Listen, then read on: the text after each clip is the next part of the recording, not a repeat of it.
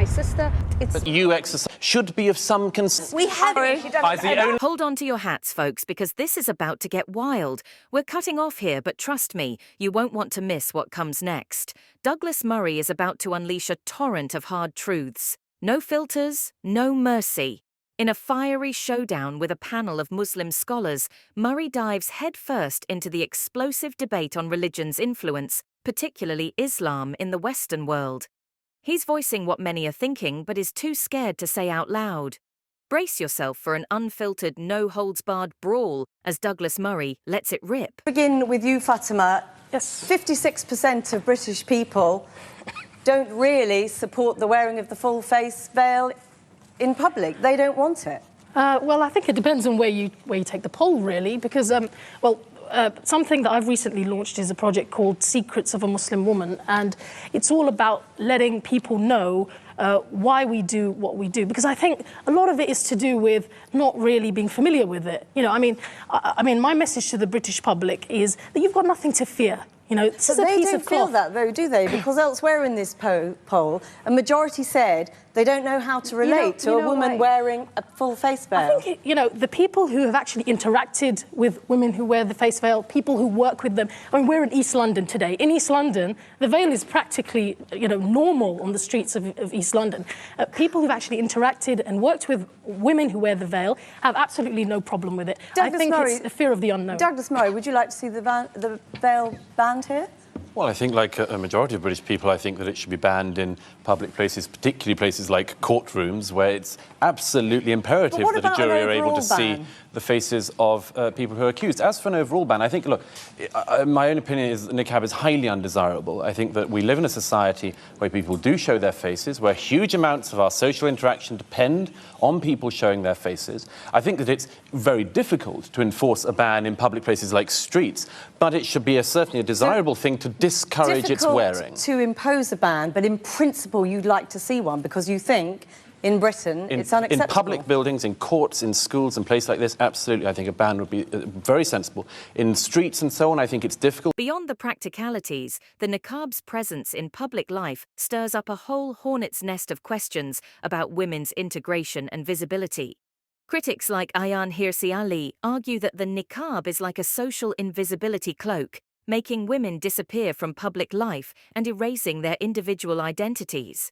It's a hot topic in the debate over how liberal societies should juggle respecting cultural and religious practices while upholding principles of equality and openness. How can a society justify accepting a garment that many view as a symbol of oppression and exclusion?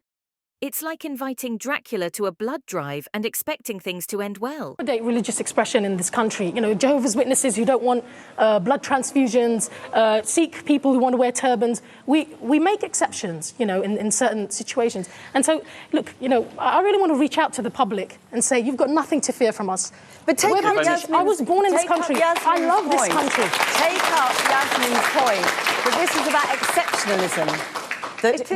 Take up Yasmin Alibhai-Brown's point about this is about exceptionalism. We accommodate, don't we, in this country, and in my country, Britain, we accommodate religious expression. We do make exceptions for people, and there's nothing, and that's what I thought. And we cannot destroy the minorities and the religious belief in the name of equality. But what if the majority feel uncomfortable, feel uneasy and say they don't want it? I think then the onus is on us as well, isn't it? I mean, to actually reach out. And I'm hoping that this is just going one step towards that, to say to people, look, we're human beings just like you. But if I may very quickly, religious freedom is an extremely important thing, and I think most people who would agree, I hope in this room, that Britain is the most tolerant place in the world to live, including as a Muslim. Yeah. But let's just add one thing to this, if I may. The issue of social interaction is very important, and not just to me, but obviously to a majority of the British people. Yeah. What I say tonight, what Yasmin says and other people say tonight, people see our faces, they know who said it. I'm sorry to say this, but nobody knows who you are. They can hear your name, they can't see you. If I say something stupid on television tonight, people know it's me saying it. If you do, with all due respect, you can disappear and no one knows. No, we're not disappearing. You can see us here, come on. The meaning of this thing is extremely important to address. The meaning of this thing is women are by nature dangerous to men and society.